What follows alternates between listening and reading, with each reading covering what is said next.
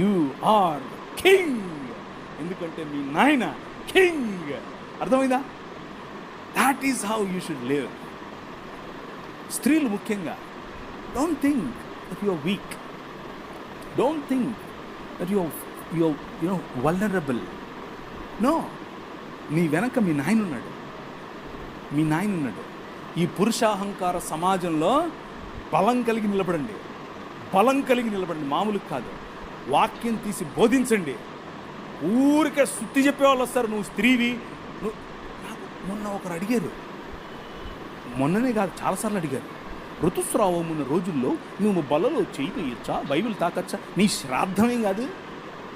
ఋతుస్రావానికి దీనికి లింకేంట్రా బాబు? నీ పిండాకుడు నీ శ్రాద్ధం కాకపోతే, నీ రాజు, ఈ యుగములనేలే రాజు, ఈ ప్రపంచములనేలే రాజు పురుషులను పక్కన పెట్టి అమ్మ కడుపులోనే వచ్చాడండి బాబు. పురుషులు అక్కర్లేదు, నాకు నాకు నాకు నా స్త్రీలు కావాలన్నాడు. That is your king. పాపయోనుల్లో పుట్టినవారు స్త్రీలు అని భగవద్గీత చెప్తుంటే పాపయోని కాదు, పవిత్రమైనటువంటి దేవుడు పెట్టినటువంటి వ్యవస్థ అని చెప్పి అదే యోనిలో నుండి బయట